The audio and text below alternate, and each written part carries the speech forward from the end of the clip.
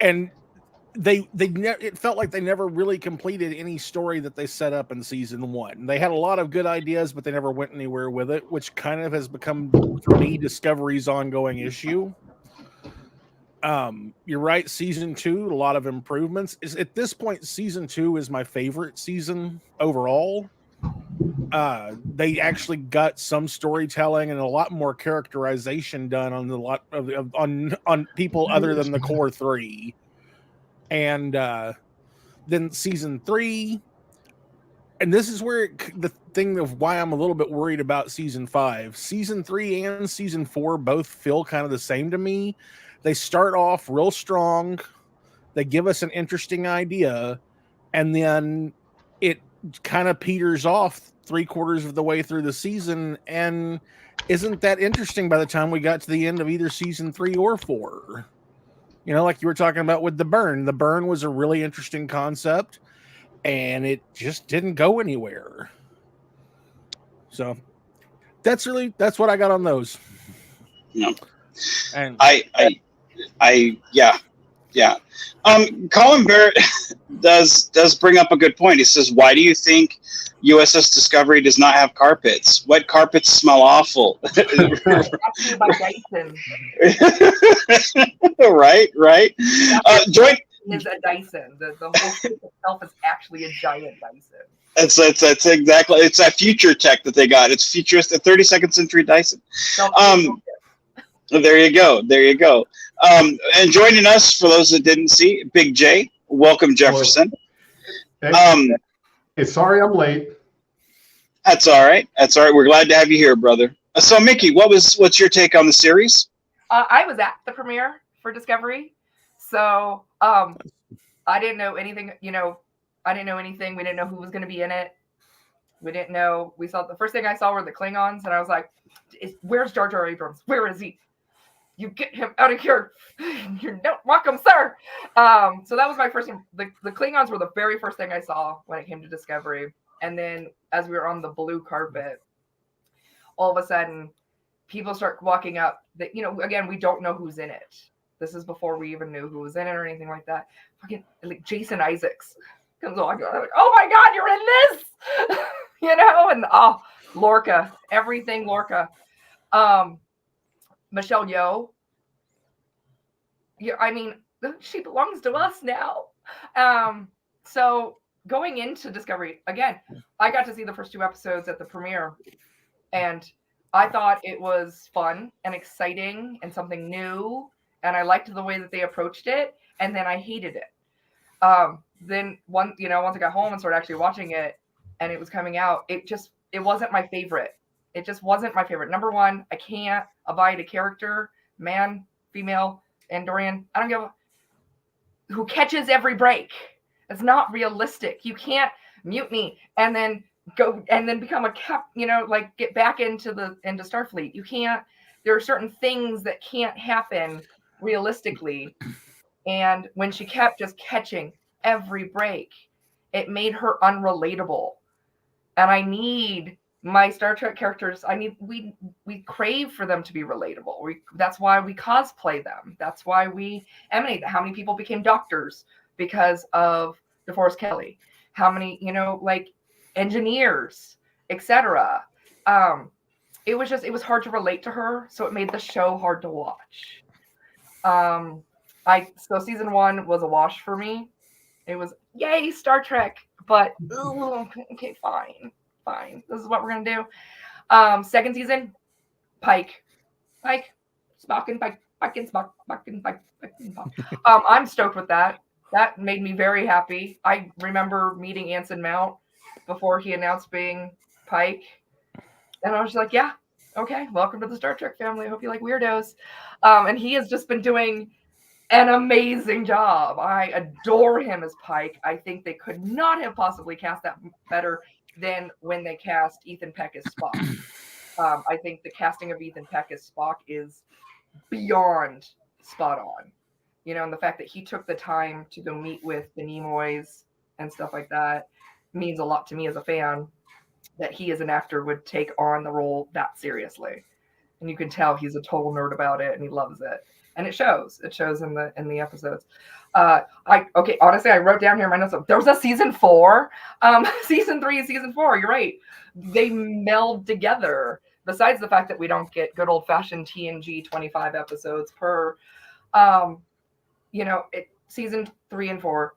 Did they go back or did they jump the 930 something years in season 3, beginning of season 3? Yeah, it was into season 2, beginning of season 3. Yeah. That's the only time that I have loved Michael Burnham, is when she was essentially being Whoopi Goldberg's character from Jumping Jack Flash when she got all high, right? And she was totally emanating Whoopi in that. That was my favorite time and only time I've really ever liked Michael Burnham, was when she was wasted. So, I mean, I whatever, it's all new. They can start afresh. And yes, I agree. The burn was stupid. You're waiting. You're like, what did it? What could it have been? Oh, everything. And then everyone scattered to the galaxy. And then next thing you know, it's just some kid who's been crying because his mom died. I'm so sorry, sir. You need a therapist, not to destroy the universe.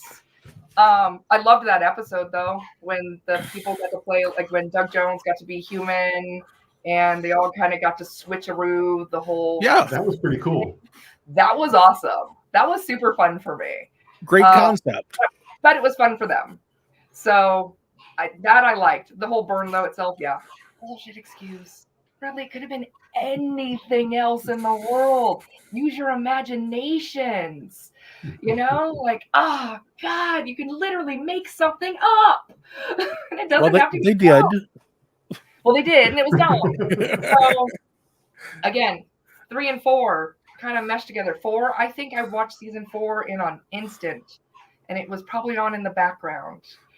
And I honestly cannot think of one thing that came out of season 4 except Tilly becoming a teacher.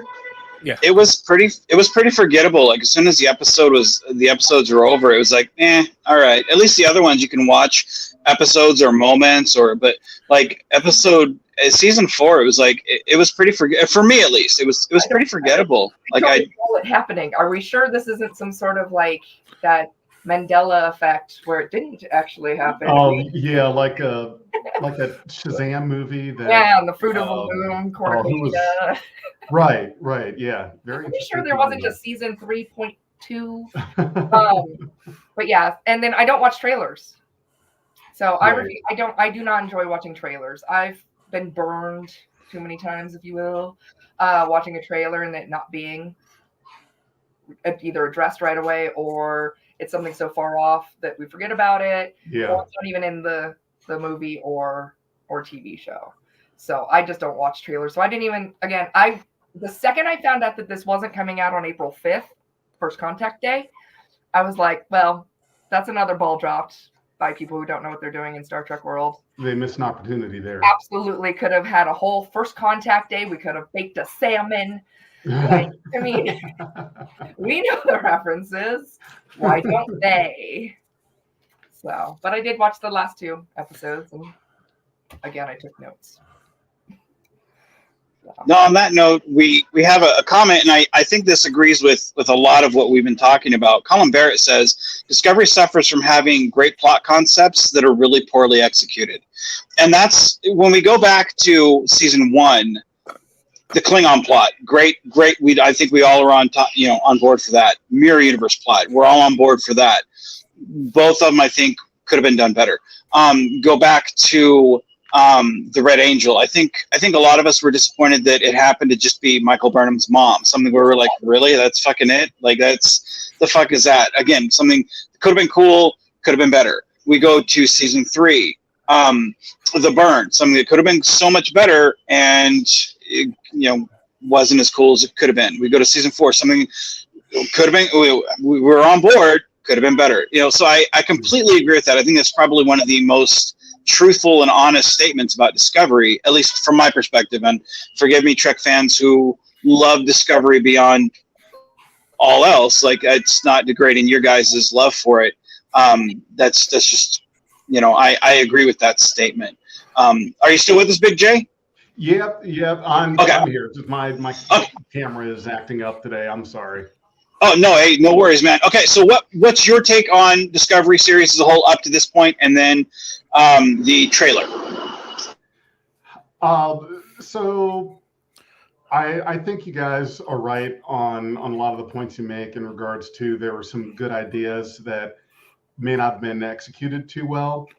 The thing about the burn, yes, I really liked how they explained it. I thought the explanation was great.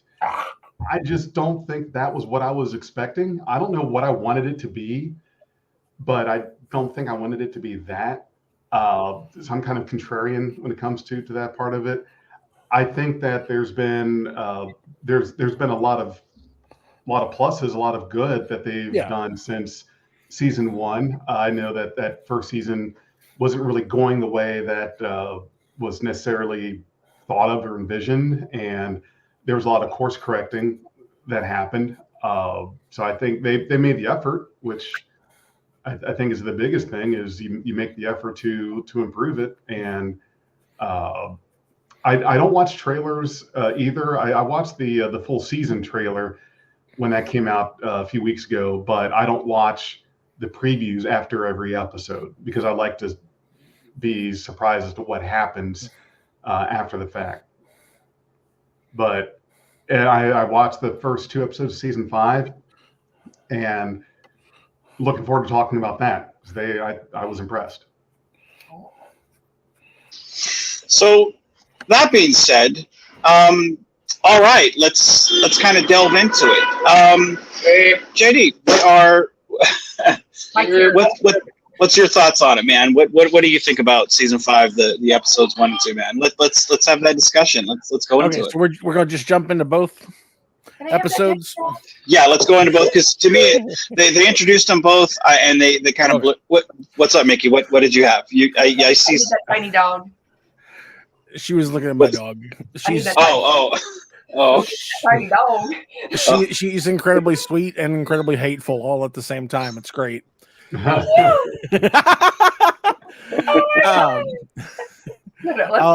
talk episodes. Come over, you can play with her sometime.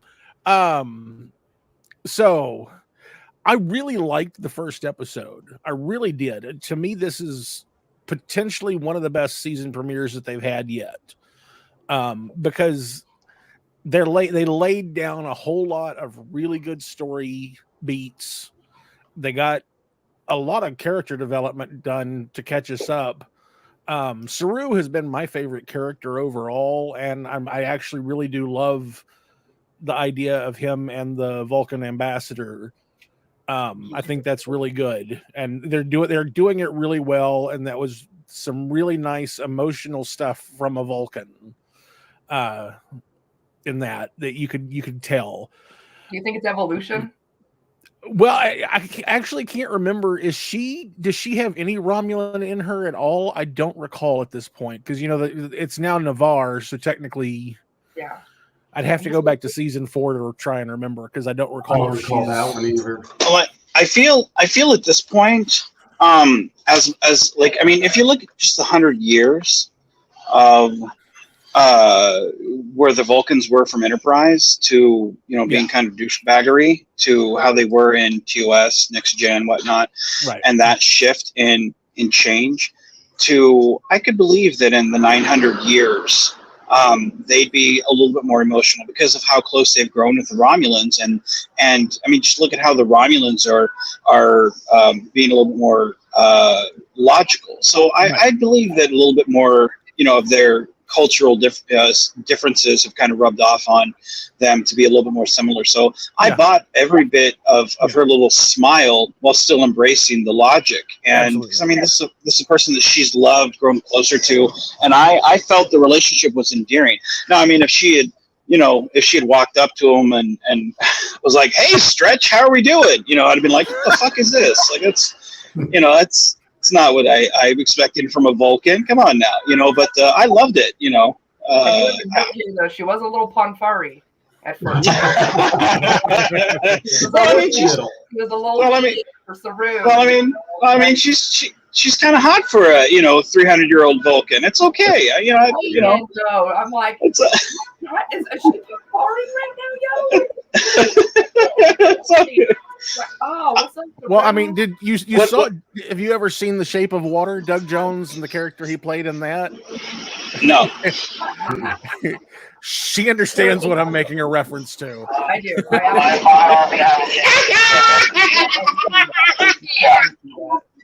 Sorry, there was a whole lot of background noise. Yeah, no, Sorry, man. I do have it noted here. It's like, is that Vulcan going through Pond 4 or what? Yeah. Seriously. But The only thing that I think would have made that scene a little bit better, and again, this is just a personal taste issue, is if instead of at the end them holding each other's hands or whatnot, or kind of embracing right there, when he's like, "Are you asking me to marry you?" Or "Are you asking to marry me?" As if they would have done that. That's the only thing. Yeah, that would have been. When they have the wedding, that definitely needs to happen. Yeah, I feel like those type of things, Look, if they and that's what through this season, I'm going to be pissed. No, I thought. There's no way he's this happy. I've already got written here. I'm like, Farouza Goner. Shut up! Shut up! Shut your dirty. I will seriously, like, I will probably have to cover some of my Star Trek tattoos. Like, see, that's heartache, and you know it. See, that's what I feel like this. That's what I love about this episode, these two episodes. It made me want to care about, like, because I don't know most of the people's names. I know Stamets, I know Saru. I don't know the lady who has the red hair lady with the little Detmer thingy over her. Yeah. Okay. Yeah, I don't. Yeah, like I don't or the other lady who sits at the checkoff station. She's the head of ops. Yeah, or the Asian guy. I don't know his name. Reese. Michael. Yeah, see you guys are like, I wish I see you guys are smarter than I am, because I just don't know these people's names. Maybe I'm just terrible with names. It's the new name. Well, it goes. Yeah. It goes back to the season 1 problem of that they didn't introduce anybody ever. And then finally in season 2, they were like, "Oh yeah, there's other people around. We should do something with them." But and that's why they had that thing where Pike does roll call. He's like, "Don't worry about ranks; they don't matter." And I'm like, but I feel bad, because it's like, I like those characters. I just don't know their names. So if they die, I feel like here lies ... like, oh shit, they're a name. Like Tilly's new boo. Whoever walked her back to her quarters. Oh yeah, I don't remember his name. I don't believe they exchanged names at all. but we know that, like a Deanna Troi, come on over to my room. Man. but we know they were hot. We know, and they loved to walk and talk. It's But like, one note, real quick. Why wasn't that her husband? Why after another shot? He was a face character. We can throw Noah right into a uniform. 30 years Actually, later, to be fair, I've been wondering what happened to that character, that Andorian. He just disappeared. He was alive. He kind of served his purpose and was done. I don't know. Either way, could have totally been her husband. I'm just saying, recasting, get the guy. The chemistry would really be there. Well, they did recasting to the blind guy who played the engineer on Strange New Worlds to be that dancing, singing Klingon.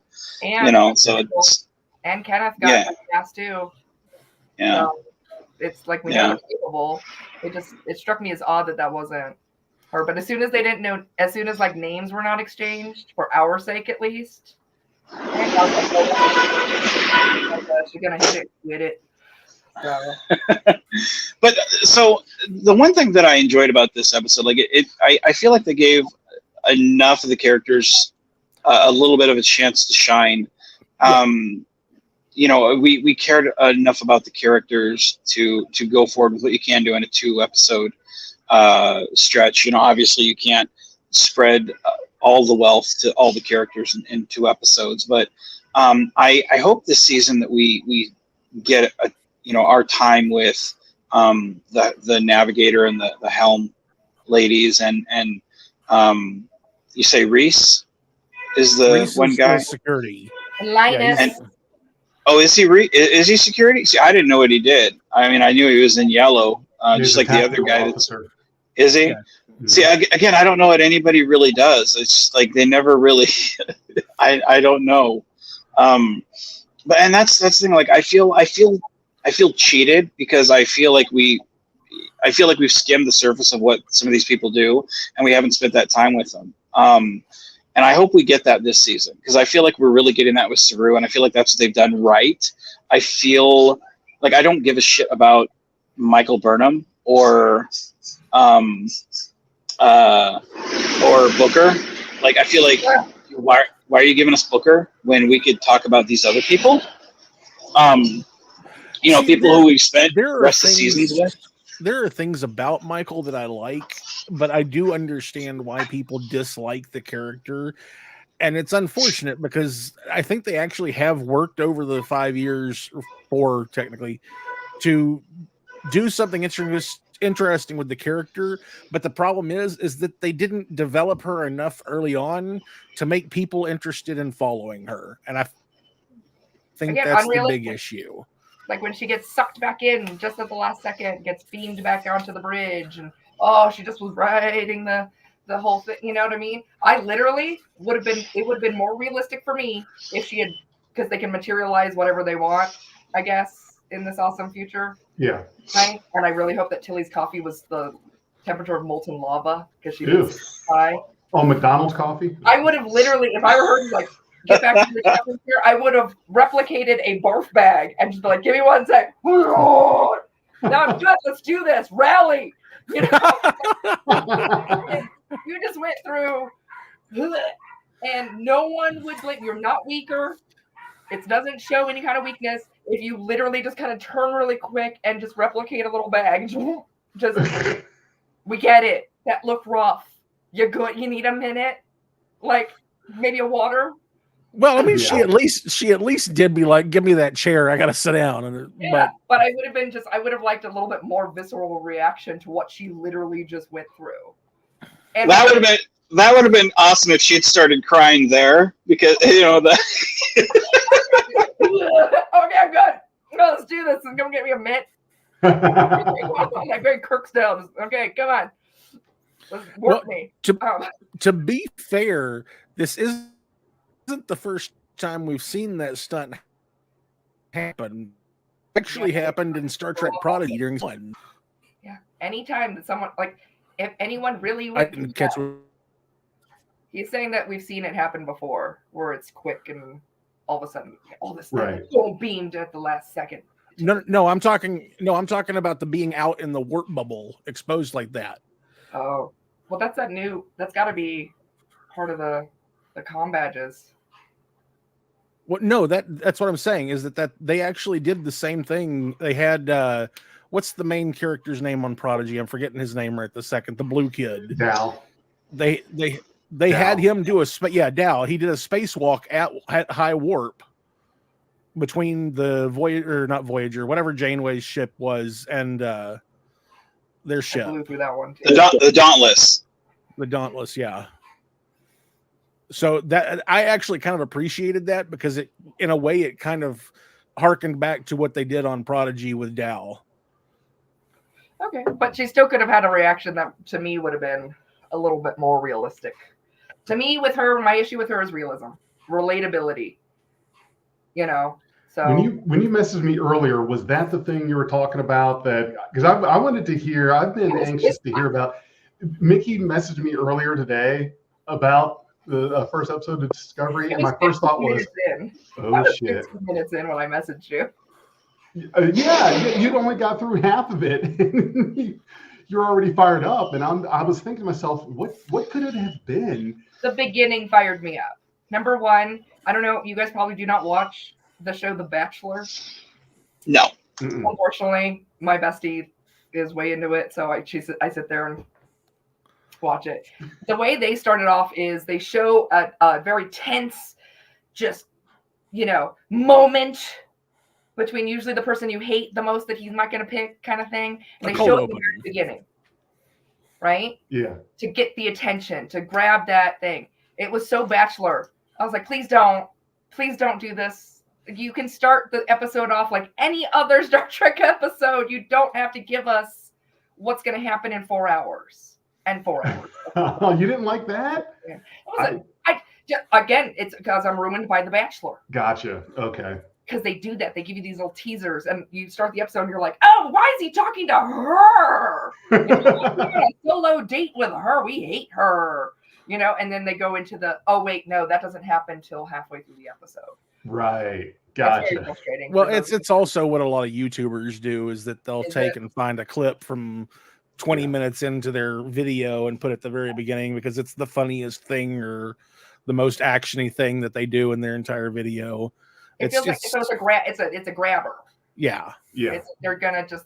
I will agree. I could have lived without that. I didn't think it was that big a deal, but I could have lived without it. I thought it was weird. The thing that I am most. And then the waitress putting her finger in everybody's drinks. Right. Excuse me? Enjoy the Andorian flu. Enjoy the Andorian flu. Unsanitary. I don't care what year it is. It's unsanitary. Get your finger out of my drink. Yeah, really. So yeah, those are the things that kind of, and then Tilly's new love should have been her husband. That Vulcan was definitely in heat. And I think then I was like, oh, I wrote you and you said, we're going to bitch about it. I was like, I'm going to take notes. So I started it again. Yeah, well, I like the notes you take with that stuff because you're right. I noticed the same thing was Saru's girlfriend was definitely, but it was a welcome change from how you usually see Vulcans being depicted. I felt it was evolution. I like felt you just showing us evolution. Yes. I thought it was a welcome change to actually see a Vulcan that you could tell was certainly showing that interest in the person and wasn't behind that cold, logical to Paul before she became a drug addict kind of depiction.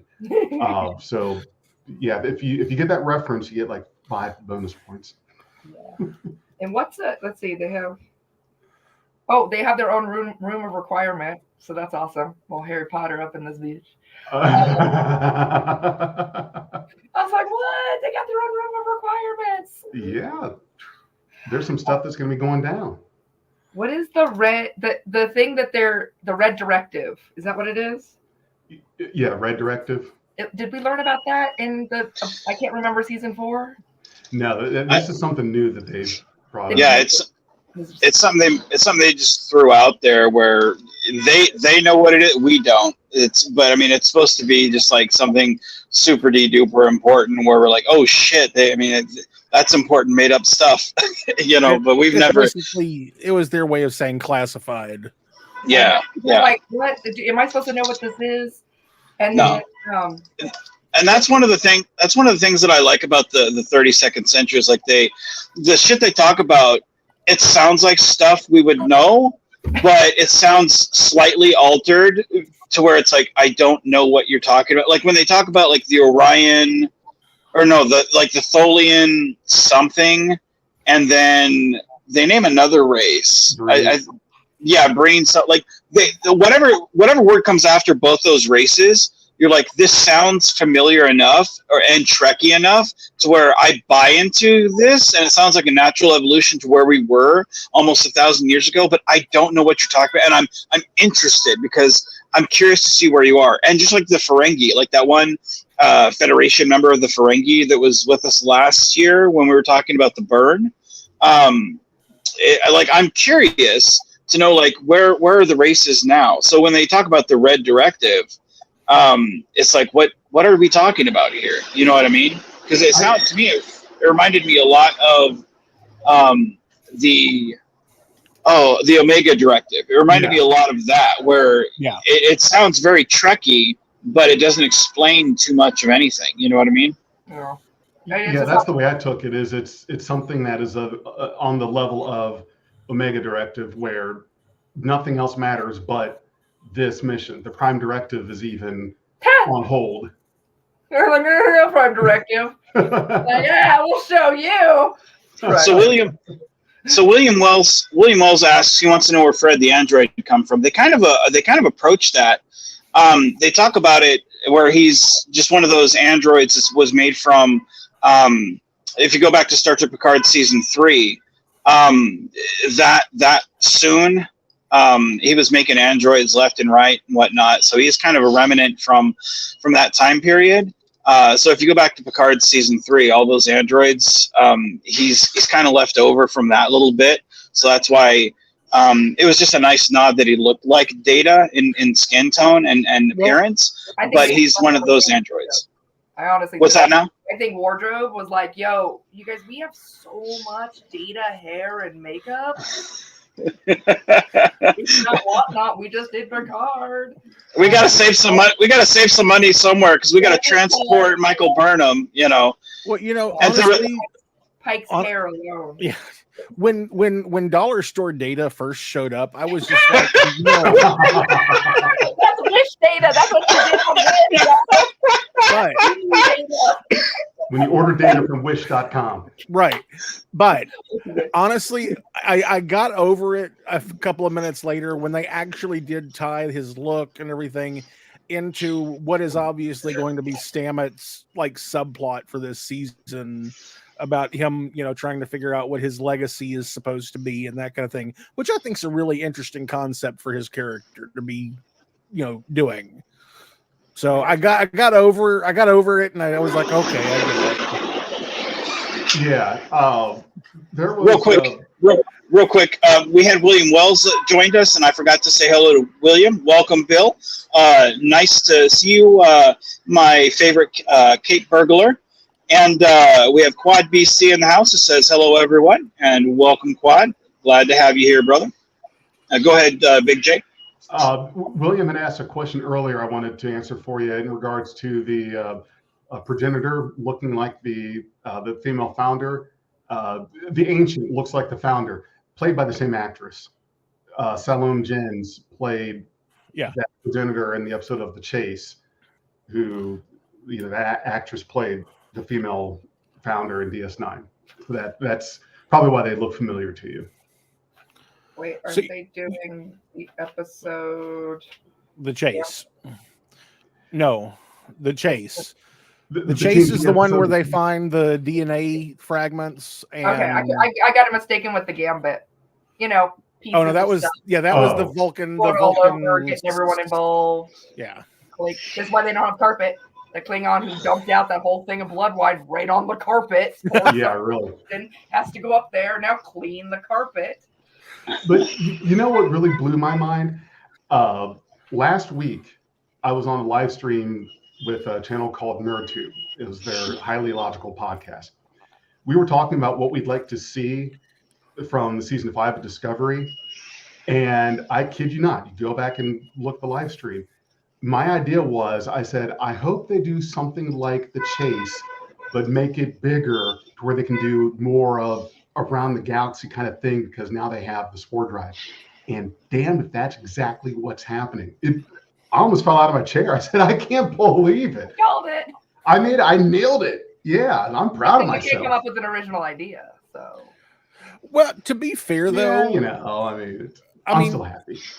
A lot of people complain about a lot of like Next Gen and Deep Space Nine's threads that are still dangling from 30 years ago.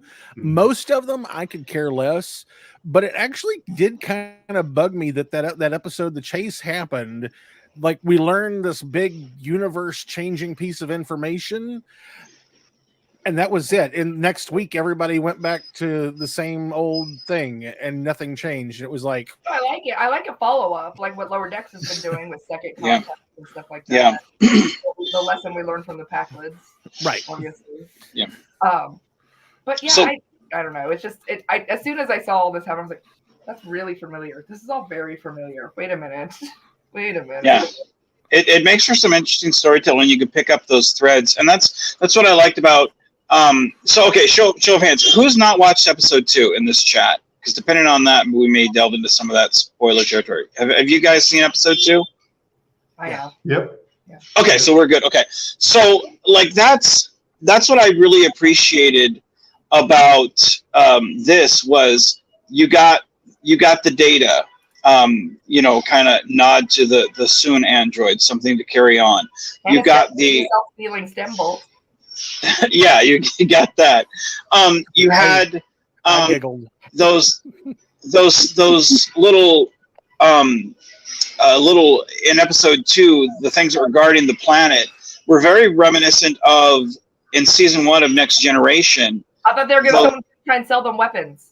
Yeah, no, and that's exactly I mean, it was very reminiscent because they had several different several different versions of that. You know, and that was just the one that was going on at the time. But I love the fact that, you know, hey, this one blows up and more come and take their place, and I loved that because it's again, it's not a direct ripoff, but it's a nod to what we've seen before, except interpreted differently, and I don't mind that. I loved those Easter eggs thrown to us fans because that's what Picard season 3 did especially well. And that's what I want in my Star Trek. Last season, was it last season or no? Season 3 of Discovery, when they showed those 23rd century phasers, and last season when they had all those communicators spread out on the table, saying, "Yeah, here you go." It's not going to help us with whatever's out there because this is just kind of confirmation bias with communication, you know. But it's the Easter eggs of what came before, showing we care about our history and we're going to acknowledge it every chance we get, even though we're moving forward. And I love that because watching these, it's just what we love done differently. And like you guys have said, doing the chase, except now expanding upon an idea that's been left over for 30 years. It's like, man, that's cool. It's also something I think would be great, and I kind of put hints of this in my fan films, was the conspiracy aliens from season 1 of Next Gen. Hopefully one day they'll do something with that, because I really wanted to delve with that in my fan films, because I think that's an untapped I think that's something that's untapped that I think we all could enjoy, because I mean, we all love our creepiness in our sci-fi. I think that would be something that would be really fucking awesome, you know. But real quick, Colin Barrett said, he asked a question, did anybody catch that Constitution refit in the trailer for the rest of the season at the end of episode 1? Yes, I did. I loved that. I thought that was really cool. Yeah, it was only there for a brief second, but I watched the trailer about 3 times. And I got, because I mean, I was so excited about episode. Yeah, it was there for just a second. It was like in this cloud-looking thing. I did see it. I thought that was Calypso. Remember the short? Yep. And I still haven't forgotten about that, because I keep thinking at some point we're going to have to remove that 32nd century tech and go back to 1031. You know, because that's where we still have the talking computer and everything there, where we meet some guy. That's how season 5 ends. Calypso. Yeah. They've said, they've said that Trek short is still canon. Yeah. I'm interested to see how we get there. You know. Yeah. No. Yeah. Did you notice? I was when you're talking about callbacks. Because I love callbacks, which is why Lower Decks is literally my all-time favorite for the. You can tell it's made by fans. You can tell that whoever's making Lower Decks, Mike McMahon, is a Trekkie, is a Star Trek fan. But I think it was season 2, the opener of season 2, when the first person to die was a blue shirt. Did you notice that? Like kind of an homage to Man Trap. Oh, you're right. I never picked up on that. See, you're smart. Favorites ever. About time you acknowledge the fact that the first person to die was a blue shirt. That's right. So I love callbacks. I love Easter eggs. I really do. I like it when they're from other shows, like how he keeps calling stuff shiny. I'm like, okay, what Jade from Firefly? Gonna make that super shiny, huh? And that's a good addition. I was really looking forward to the pod races. I did have the thought when they were on the Romulan ship in that lab, were we looking at the Romulan version of Tucker tubes? Oh, right. They had red blinking lights. They had. That could have been a read alert. A read alert. So, yeah, it's nice when they acknowledge us. And I Yeah. think that's how they do it. Because I think they know they're also pissing us off. Well, yeah, because how many of us fans have said this isn't my Star Trek, this isn't what I want? And for me personally, I've said several times I hated fucking Picard season 1 and 2, and yes, I watched every episode of it, but I didn't like it. Like I don't go back and watch them. I mean I watched initially, but you got to think that's not going to be your bread and butter. You're watching it the first time. I mean, people watch shit they don't like and be like, yep, not going back. But the thing that's going to make you want to watch the series is someone who will stream it, and then they'll go and buy the DVDs, they'll go and buy your merchandise, they'll buy the books, they'll buy all this other stuff, they'll buy the uniforms, the jackets, toys, all that stuff. But if you watch something once, you're like, oh, fuck that, it sucked. And when I watch the Picard season 1, I was like, it's terrible. The dude dies, then he comes right back. What was the point of killing him? I mean, it's stupid. Then you go to season 2, and you're like, first 2 episodes were great, but then it's all over the place. What the fuck? What is this? You got Borg going through the countryside, and I mean, it's terrible. And so, like, season 2 should have been 3 episodes. Yeah. No, you're not wrong. No, the fact that one episode is 45 minutes of Seven and her girlfriend in a parking lot arguing. It's 45 minutes. Call him JL one more time. Call him JL one more time.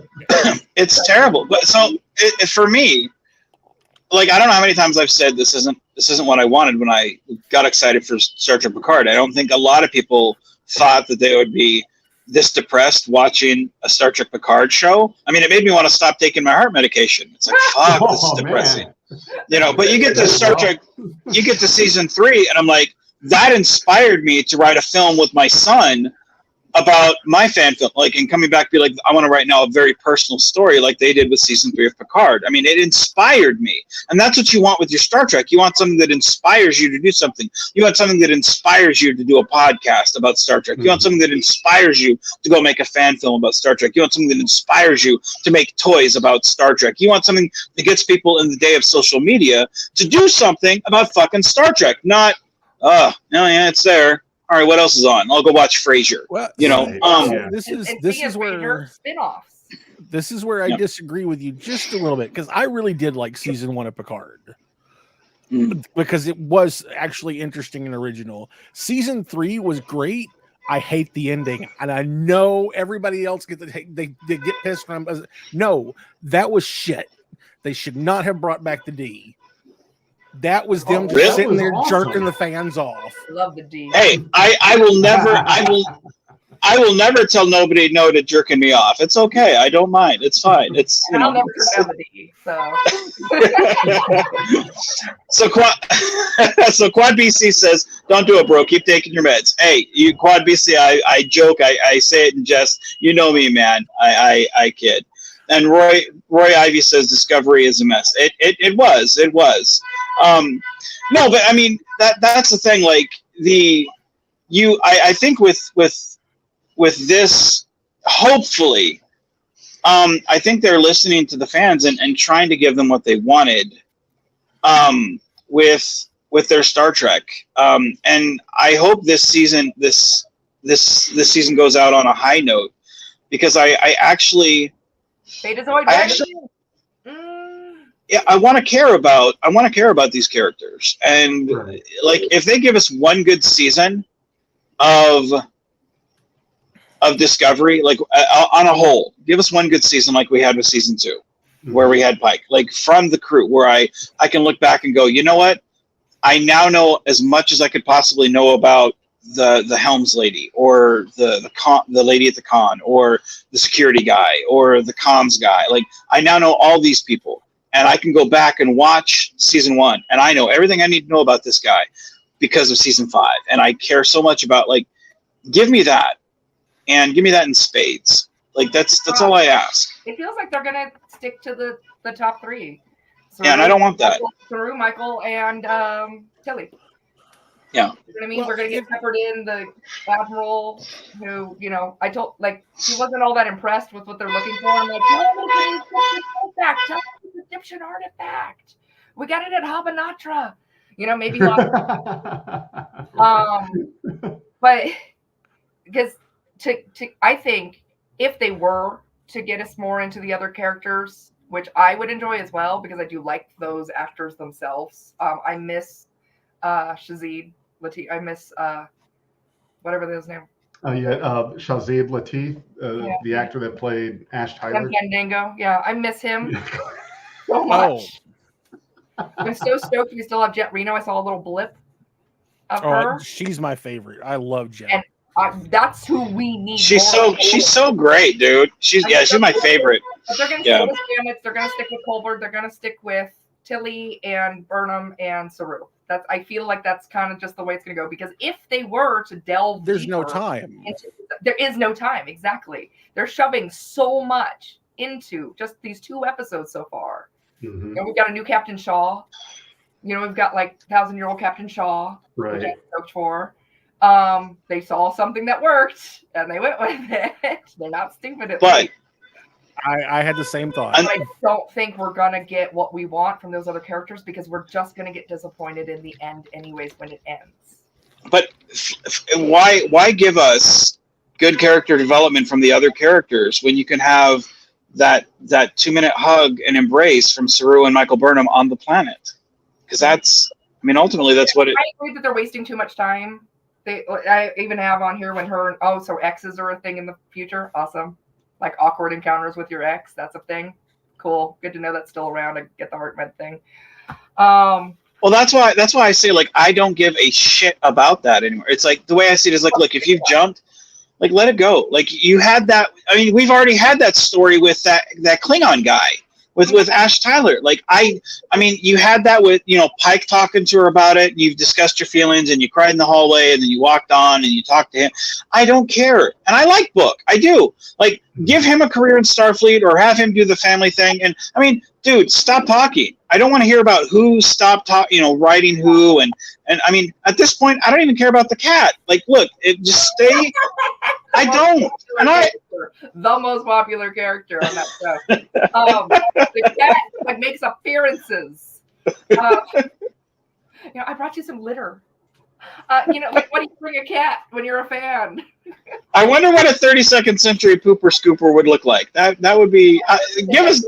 One. I feel like it's the diaper genie one, or just we saw one in season 4. Did we? That planet with Agamus.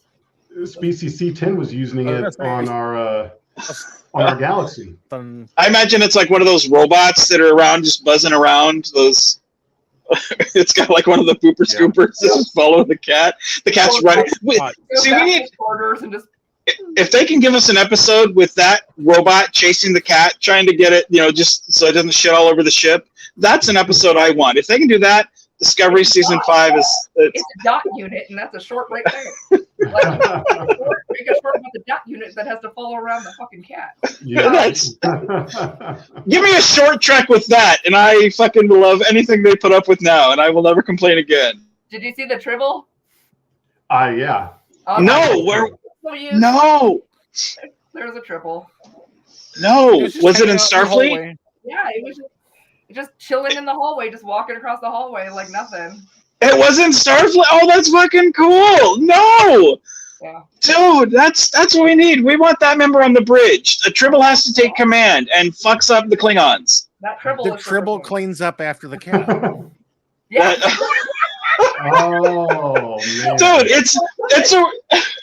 Dude, it's a real Acme thing. Go on. You've got the cat running by, then you got the robot, then you got the Tribble, and then they go the other direction. And it's fuck yeah, dude. This is the Trek you need. Kurtzman, hire us. We got your Trek right here. Hello. What better focus group could you possibly have? Yeah, really. This is great. Fuck. So, all right, guys. So let's do our final thoughts because it's been almost an hour, and I don't want to take up too much of people's time because they're getting too excited about that Tribble talk. Man, that should have been the name of the show, Tribble Talk. Okay. That'd have been great. No, it's not too late to rename the show. So, all right, let's do our final thoughts, and then we'll end the shindig. I'll start if you guys don't mind. Yeah, no, go ahead, buddy. My final thought is that so far I am pretty excited about where season 5 has started. I think that it was a great idea to pick up that thread from the chase and expand on it more.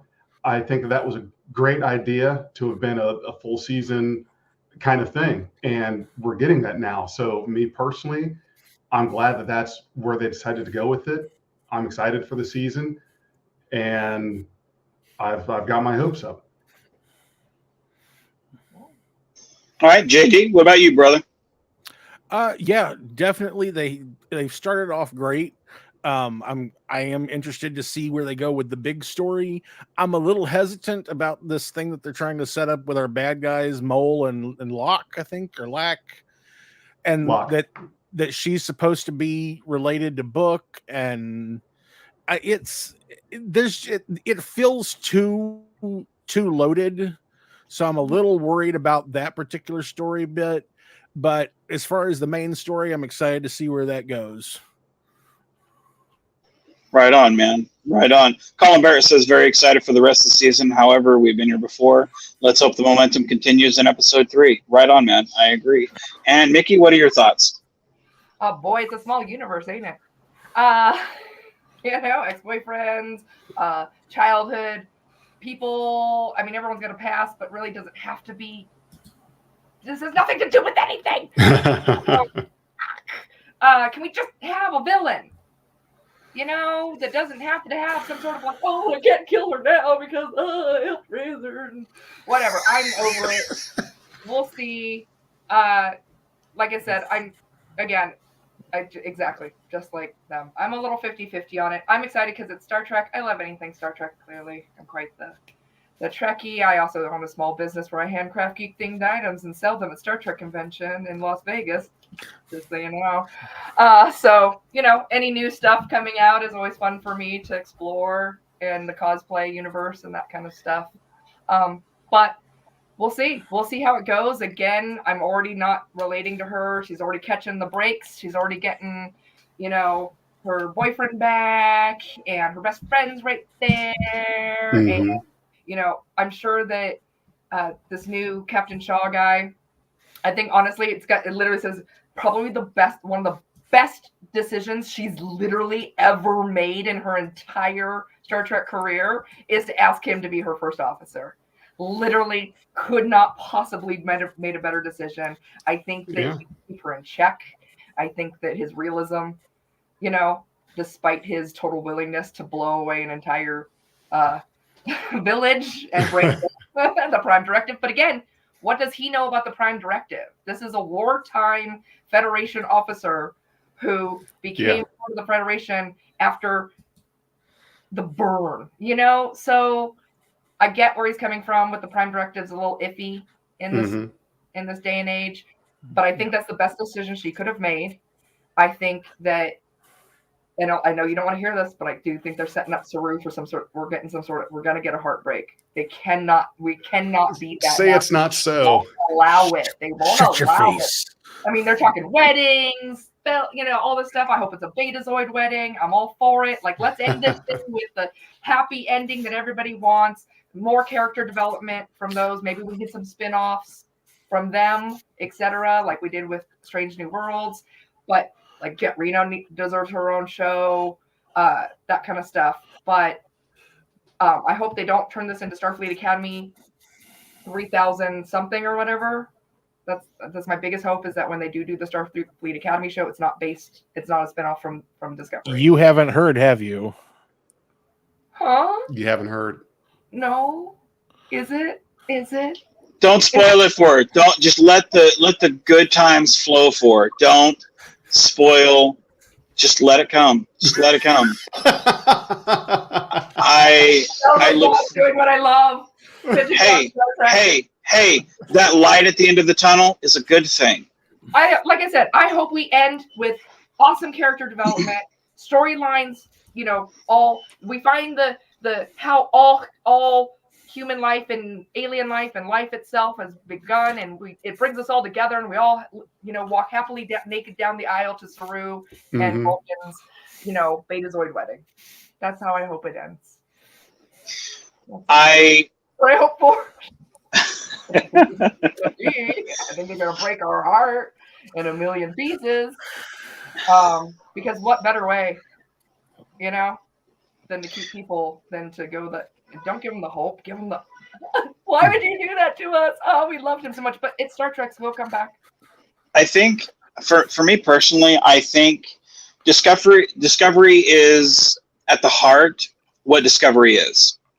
It's not the classic era of Trek.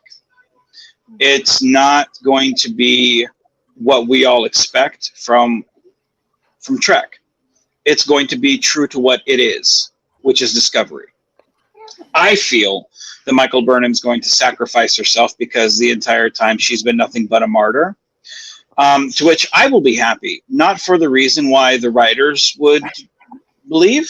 To me, I'm like, martyr her now. Like, I'm happy with that, But I am excited for the character development that they have presented in these 2 episodes. I hope they keep it up. The story I'm intrigued with.